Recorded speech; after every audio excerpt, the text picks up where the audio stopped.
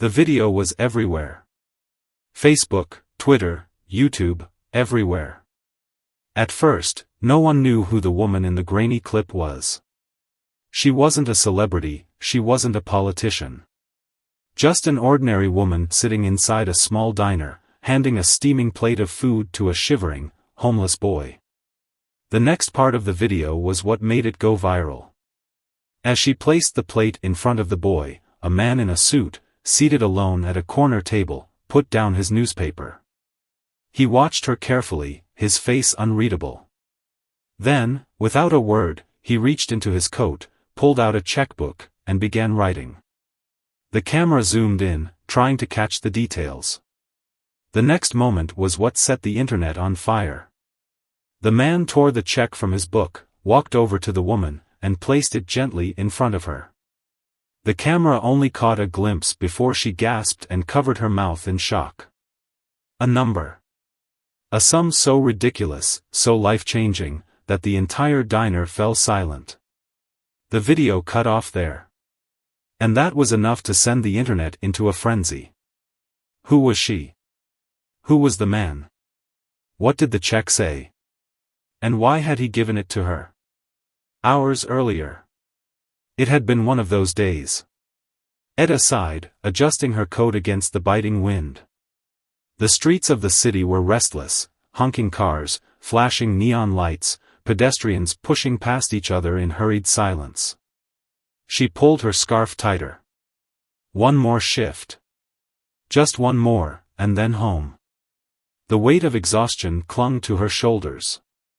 Between working double shifts at a local diner and raising her 7-year-old daughter alone, life had become a never-ending cycle of survival. Etta never complained. She didn't have the luxury of doing so. Her daughter, Lina, was waiting at home, probably curled up on their worn-out couch, flipping through a second-hand picture book Etta had found at a thrift store. Rent was due in a week. Bills stacked on the kitchen counter. Just one more shift. She tightened her grip on her bag and quickened her pace. But just as she reached the warm glow of the diner's entrance, something made her pause. A boy. Huddled near the diner's window, knees drawn to his chest. Thin, too thin. His clothes were ragged, barely shielding him from the cold. His hands, small, trembling, clutched his stomach. His lips were pale, his eyes fixed on the steaming plates of food just beyond the glass. Hungry. The kind of hunger you don't just see, you feel. Etta swallowed, her fingers tightening around the strap of her bag. She had walked past so many people like him before. Not because she didn't care, but because she had barely enough for herself. Tonight should have been no different. But something about the boy made her stop. Maybe it was the way his eyes flickered with desperate hope every time a waiter passed by with a tray of food. Maybe it was because, for just a second, she saw her own daughter in him. Whatever it was, it made her do something reckless. Something she couldn't afford. An act of kindness in a world that had no time for it. Etta sighed and pulled out her wallet. She didn't have much, barely enough to get through the week, but that didn't matter right now. Stepping forward, she knelt beside him. Are you hungry? The boy startled, his wide eyes snapping up to hers. He hesitated, then nodded. Etta smiled, holding out her hand. Come on. Let's get you something warm to eat. The boy hesitated again, glancing around nervously, as if expecting someone to stop him. But no one did. So he took her hand.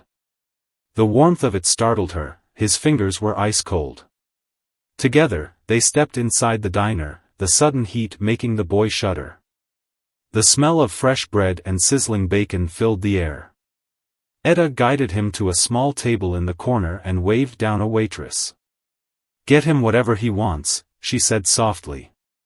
The waitress raised an eyebrow but nodded. The boy, still unsure if this was real, whispered something so softly Etta barely caught it. Grilled cheese, he murmured, and soup. Simple. The kind of meal a child would ask for.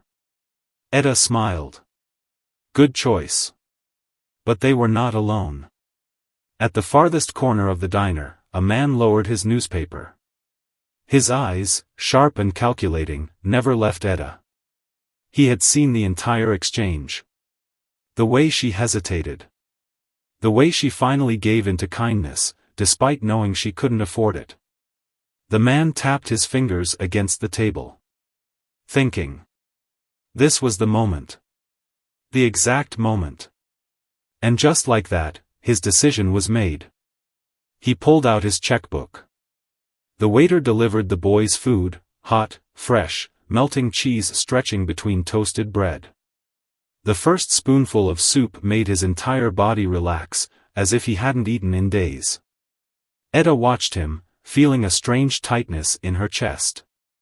Then, she heard the sound of footsteps approaching. She looked up. The man in the suit was standing beside her table, holding a check.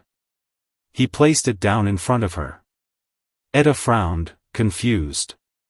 Then, she looked at the number written on the check. And everything around her froze. Her hand flew to her mouth. Her eyes filled with tears. The man smiled. And the entire diner went silent. The check sat between them, motionless yet louder than anything in the room. Etta's hands trembled as she stared at the number. It didn't make sense. She had seen money before. She had held a paycheck, counted out coins at a register, folded crumpled bills at the end of a shift. But this number. It wasn't a paycheck. It wasn't rent money. It was life-changing. Her pulse pounded in her ears. Was this real? Was she being pranked? The boy, Nico, had paused mid-bite, staring between Etta and the man in the suit.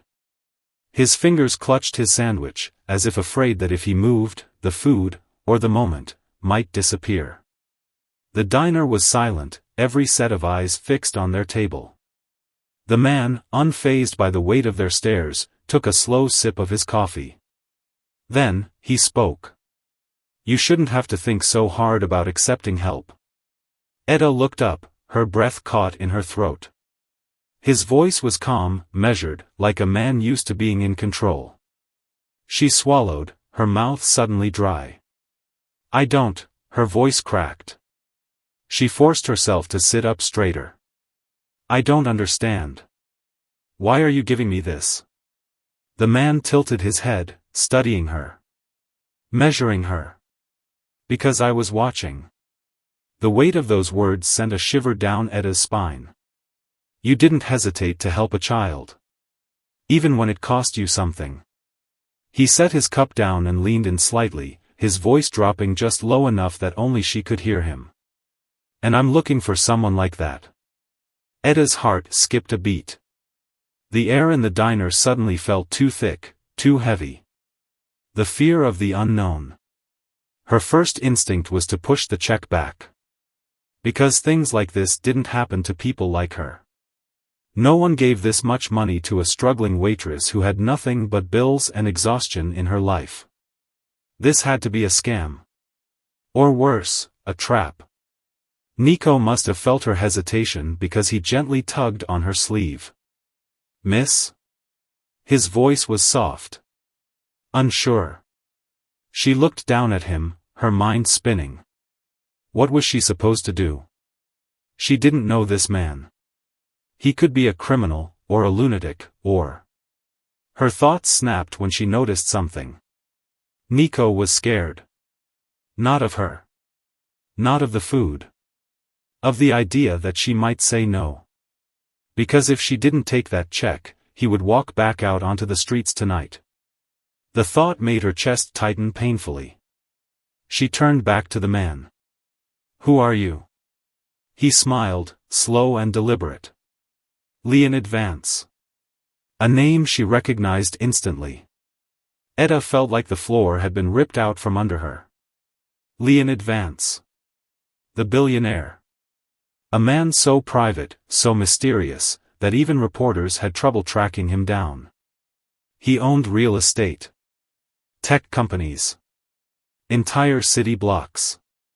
And he was sitting across from her, drinking black coffee, handing her a check that could change her entire life. The internet erupts. By the time Etta left the diner, the world already knew her name. Someone in the restaurant had filmed the entire thing. The video spread like wildfire. Rocket, waitress feeds homeless kid, a billionaire rewards her with a check. Fire, mystery man hands working mom life-changing gift. Who is he? Speech balloon, kindness still exists. We need more people like her. Etta's phone, which usually only buzzed for work schedules and overdue bills, was now lighting up non-stop. People were reaching out. News stations wanted interviews. Strangers were tracking her down. Some praised her. Others mocked her. Why did she take money from a rich guy instead of donating it? Another gold digger looking for a free ride. Maybe if people worked harder, they wouldn't need handouts. The backlash hit her like a punch. She had done nothing but buy a grilled cheese sandwich for a hungry boy. And now she was a public spectacle. The hardest decision of her life. Leonid had given her 1 week to decide. Take the money and disappear, no strings attached. Or meet him again. Because, as he had told her before he left the diner, he wasn't just giving her charity. I have a bigger offer for you, Miss Etta. One that requires more than kindness. It requires courage. Etta sat at her kitchen table that night, staring at the check. Her daughter, Lina, was asleep in the next room. The electric bill was overdue. The fridge had 2 eggs and a bottle of milk left. Taking this money meant her daughter would be safe, secure, and never hungry again. But she knew one thing for certain. Leonid Vance didn't do anything without a reason. And if she said yes, her life would never be the same again. Etta stared at the check in her hands, the numbers blurring. The room was too quiet. Lina was asleep in the next room, her soft breaths the only sound breaking through the storm of thoughts in Etta's head. $100,000. More money than she had ever seen in her life. But that wasn't what scared her. It was the other offer Leonid Vance had made. I have a bigger offer for you, Miss Etta. One that requires more than kindness. It requires courage. She had 1 week to decide. The check was hers to take, no strings attached, or she could meet him again, and hear what he really wanted. A world closing in. The next morning, Etta woke up to a nightmare. Her face was everywhere. News articles, viral videos, debates online, people were talking about her like she wasn't even real. Her social media, which she barely used, had thousands of messages. Some were supportive. You're an inspiration. More people should be like you. A real hero in a selfish world. But others weren't. Bet she's just looking for handouts. She got lucky. This isn't kindness, it's a payday. I bet she staged the whole thing. She turned off her phone and tried to focus on the real world. But the real world wasn't letting her go either.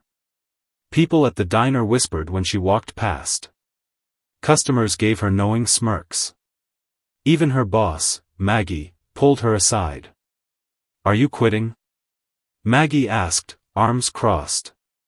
What? Etta blinked. You're famous now, right? Rich guy throws money at you, and suddenly you don't need to work anymore. Etta's stomach dropped. Maggie, I didn't.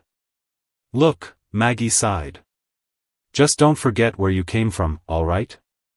And don't let some billionaire chew you up and spit you out. Etta felt sick.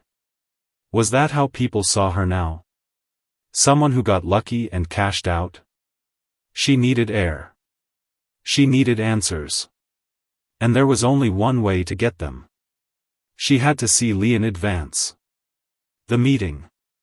The next night, a black car pulled up outside her apartment. A driver, not Leonid, held the door open for her. Mr. Vance is expecting you. The ride through the city was surreal. Giant billboards flashing neon lights. Tall buildings scraping the sky. People living lives that seemed so much bigger than hers. And here she was, in the back seat of a billionaire's car, heading towards something she didn't understand. The car finally pulled into a high-rise hotel. Not just any hotel. One of Leonid's hotels. She was escorted up 50 floors to a penthouse with glass walls overlooking the city. And there he was. Leonid Vance, standing by the window, hands in his pockets, watching the world like he owned it. "You came," he said without turning. Etta swallowed hard. "I need to know what this is," she said, gripping the check. "Why me?" Leonid finally turned, his gaze sharp. "Because, Miss Etta, I'm looking for something that money can't buy." He gestured for her to sit. "Let's talk. The real offer." Leonid leaned back in his chair, watching her like a puzzle he was trying to solve. "That boy you fed," he said, "Nico. He's one of thousands." Etta nodded. She knew that. She had seen kids like him on every corner. "I used to be him." Etta's breath hitched. "I lived on the streets when I was 8 years old," Leonid continued, his voice eerily calm. "Begging, starving, stealing to survive." Etta sat frozen. This was not the story she expected. "I was given a chance. Someone pulled me out. And now," he gestured to the massive city skyline behind him. "Here I am." He turned back to her. "I don't do charity, Miss Etta. I do business. So tell me, are you willing to do more than feed one child?" Etta blinked. What was he asking? "I'm offering you something bigger than a check," Leonid said. "I have a foundation, one that helps kids like Nico. I want you to run it." The words hit her like a truck. "Run it?" she whispered. "Me? But I don't know anything about." "You know what it's like to struggle," he cut in. "You know what it's like to make choices that cost you." He leaned forward. "And most importantly, you care." Etta felt lightheaded. She had been a waitress 2 days ago. Now, a billionaire was asking her to run a foundation? This was crazy. A bigger risk than she expected. "There's a catch, isn't there?" she finally asked. Leonid smiled, slow and knowing. "Of course." He picked up a folder from the table and slid it toward her. Etta opened it. Inside were 10 names. "These are 10 kids living on the streets right now," he said. "Find them. Help them." She looked up, confused. "That's the test." Leonid folded his hands together. "You have 1 month. If you succeed, you'll be given full control of the foundation. If you fail, well. Let's just say I don't have time to waste." Etta's mind whirled. 10 kids. 1 month. A life-changing opportunity. Or nothing at all. Leonid stood, giving her a final glance. "If you're only interested in the check, take it and walk away." He turned back toward the window. "But if you really want to change lives, show me." Etta stood frozen. This was insane. This was too much. But she also knew something else. She could never go back to normal now. There was no version of her life where she just took the money and walked away. She had already changed. And there was only one answer she could give. Etta sat in the back of the black car, staring at the folder in her lap. The names inside weren't just words on paper. They were lives. 10 children. 10 kids living on the streets, just like Nico. She had 1 month to find them. Help them. Or she would lose everything. Her hands tightened around the folder. Was she really doing this? The thought made her stomach churn. She was a waitress. A single mom. What did she know about saving lives? And yet, here she was. She could still walk away. Take the check. Play it safe.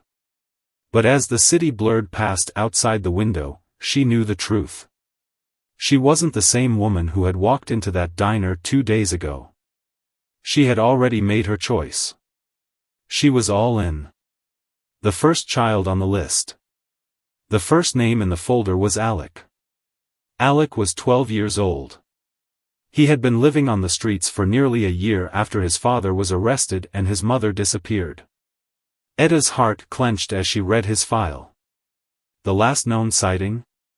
An abandoned shopping plaza on the edge of town. Eda took a deep breath. She wasn't going to fail him. The reality of the streets. Eda spent the next 3 hours searching. The shopping plaza was half abandoned, a few rundown stores, graffiti-covered walls, and a parking lot littered with broken glass. She walked past an old laundromat, her heart pounding. What was she supposed to do? Just call out his name? She wasn't trained for this. But she had something stronger than training. She had determination. Then, she saw movement. A small figure, curled up behind a dumpster. Eda's breath caught. It was him. She approached carefully, her steps slow. Alec, she called gently. The boy flinched, eyes snapping open. He scrambled to his feet, ready to run. Wait. Eda raised her hands. I'm not here to hurt you. Alec's eyes darted around wildly. He was skinny, too skinny. His clothes were torn, his arms bruised. Eda's chest tightened. She knew that look. It was the look of someone who expected the world to hurt them. I just want to talk, she said softly. Alec didn't move. I know you don't trust me, Eda continued, keeping her voice calm. But I have food. A warm place for you to sleep. Alec's stomach growled loudly. Eda pretended not to notice. You don't have to come with me, she said. Just, let me buy you something to eat. Alec hesitated. Then, slowly, he nodded. Eda released a breath she hadn't realized she was holding. It was a small step. But it was a start. Not everyone wants to be saved. They sat in a tiny diner, a few blocks away. Alec devoured his food like he hadn't eaten in days, which, Eda realized, was probably true. She let him eat, not pushing. Not questioning. Finally, when his plate was empty, he looked up. Who are you? Eda smiled softly. Just someone who wants to help. Alec laughed bitterly. No one helps people like me. Eda's heart ached. That's not true, she said. I used to think that, too. But sometimes, help comes when you least expect it. Alec looked at her, studying her. So, what? You just find homeless kids and fix their lives? Not fix, Eda said. But, maybe make things better. Alec stared at her. Then, his face hardened. I don't need saving. Eda's stomach dropped. Alec. Thanks for the food, he said, standing. But I'm not going with you. Eda froze. This wasn't how it was supposed to go. She had found him. He was supposed to say yes. But as Alec turned to leave, she realized the truth. Not everyone wanted to be saved. And she couldn't force him. Her hands trembled. If you ever change your mind, she said, I'll be at the diner on 6th Street. Ask for Eda. Alec didn't look back. A few moments later, he was gone. Eda sat in stunned silence.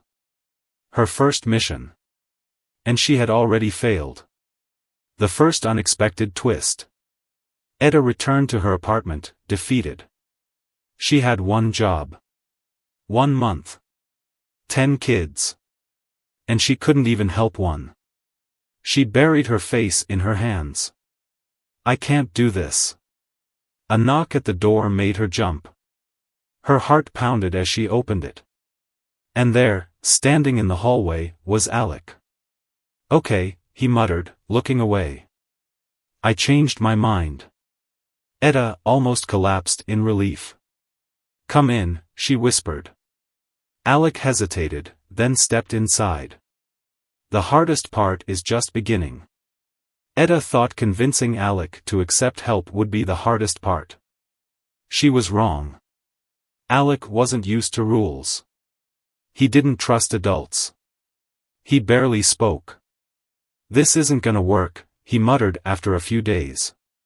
"Why not?" Etta asked. "Because people like me don't get happy endings." Etta's heart ached.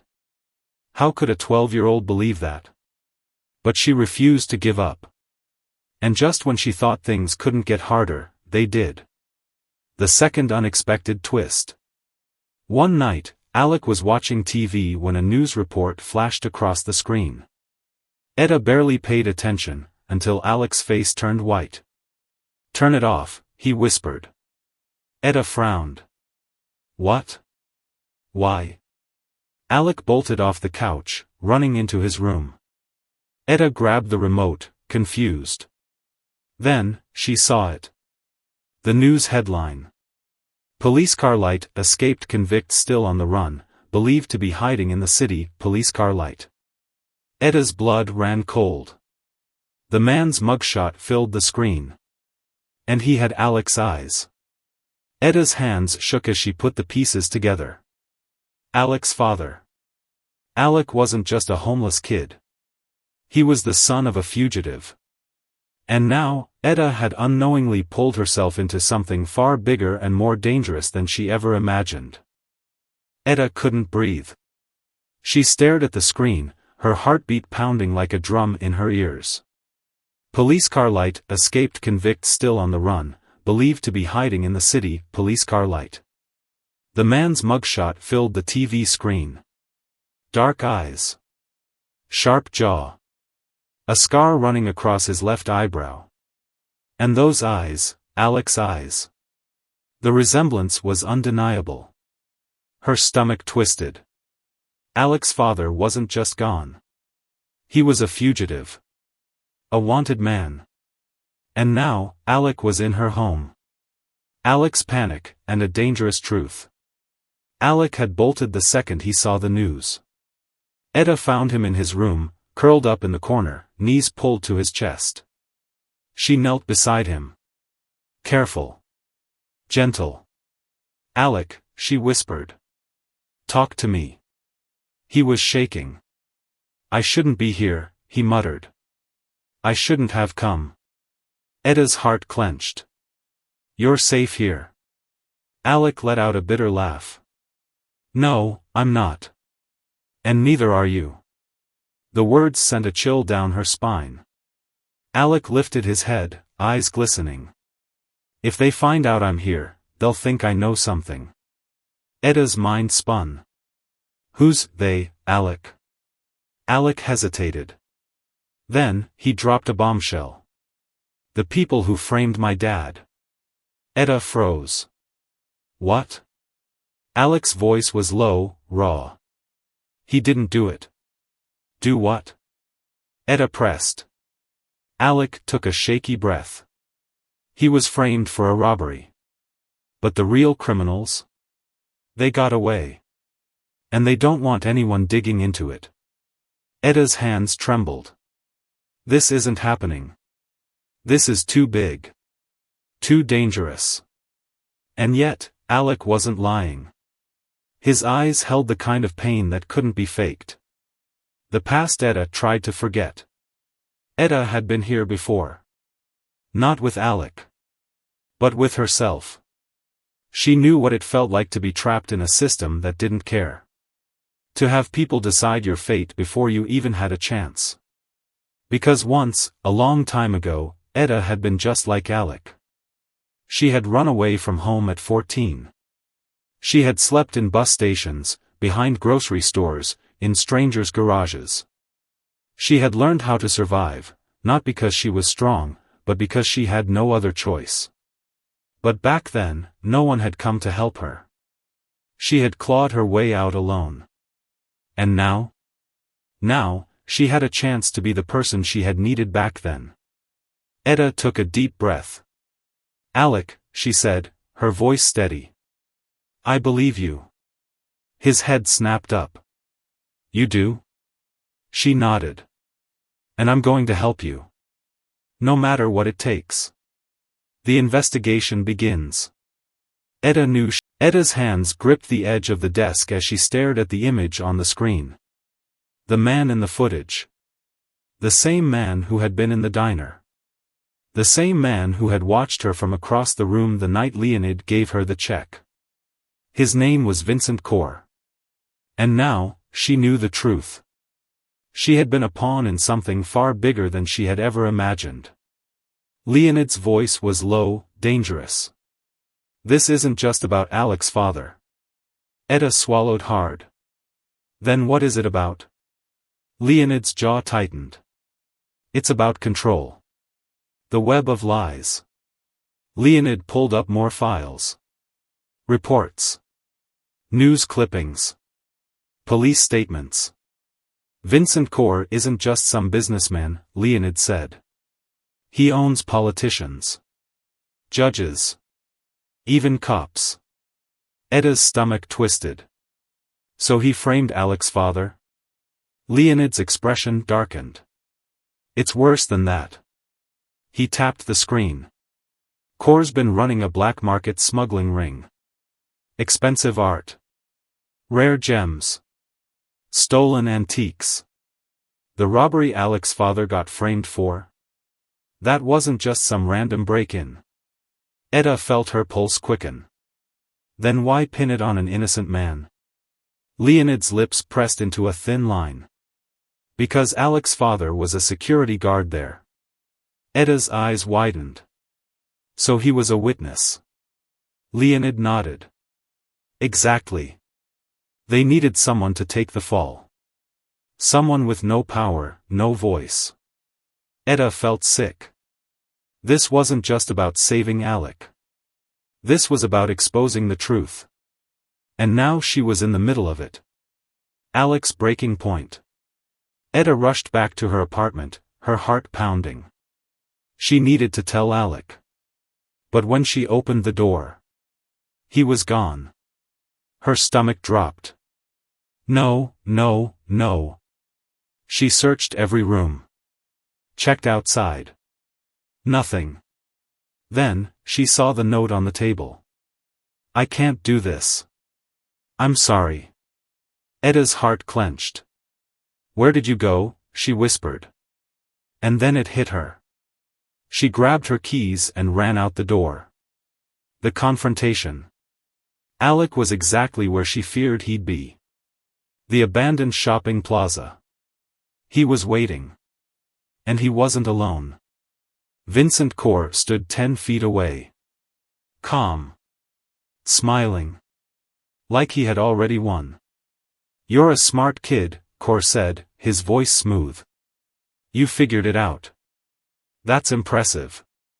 Alec's hands curled into fists. "You ruined my father's life." Corr tilted his head. "No, Alec. He ruined his own life when he decided to stick his nose where it didn't belong." Etta's blood boiled. She stepped forward. "You're scared," she said, her voice steady. "That's why you're here. Because you know we have proof." Corr's smile faltered. Etta pressed on. "Leonid has everything. The footage. The real story. It's over." Alec glared at Corr. "I hope you rot in prison." Corr's eyes darkened. "That's cute, kid." He turned to Etta. "You think this is over? You have no idea how the world really works." Etta stood her ground. "Maybe not. But I know one thing." Corr raised an eyebrow. "What's that?" Etta smiled. "You're about to find out how powerful the truth really is. Justice comes knocking." Before Corr could react, sirens filled the air. Squad cars swarmed the plaza. Leonid had called in a favor. Kor turned, his calm facade cracking. You set me up. Edda's smile didn't fade. No. You set yourself up. Officers surrounded Kor, and within minutes, he was in handcuffs. As he was led away, he turned to Alec. His voice was low, cold. You think this changes anything? Alec met his gaze. Yeah, he said. I do. And for the first time in years, Alec stood tall. Where are they now? Alec's father was cleared of all charges. The real evidence came out, proving he was innocent all along. Alec was finally able to see him again. The hug they shared that day? It was the kind that could heal years of pain. And as for Edda? She didn't just save Alec. She saved herself. Leonid kept his word. He put her in charge of the foundation. And within a year, they had helped hundreds of kids just like Alec. The ones society forgot. The ones who just needed someone to believe in them. And as she watched Alec smile for the first time in months, Edda knew one thing. She had made the right choice. A powerful lesson. Edda's story wasn't just about kindness. It was about courage. It was about fighting for what's right, even when the odds are stacked against you. And as the video of that fateful diner moment continued to spread online, people everywhere started asking themselves the same question. If I were in her shoes, what would I have done? To the audience, what would you do? Now, it's your turn. If you had seen Alec on the street that day, would you have stopped? Would you have taken the check and walked away? Or would you have risked everything to fight for the truth? Let us know in the comments. Because sometimes, the smallest acts of kindness can change everything.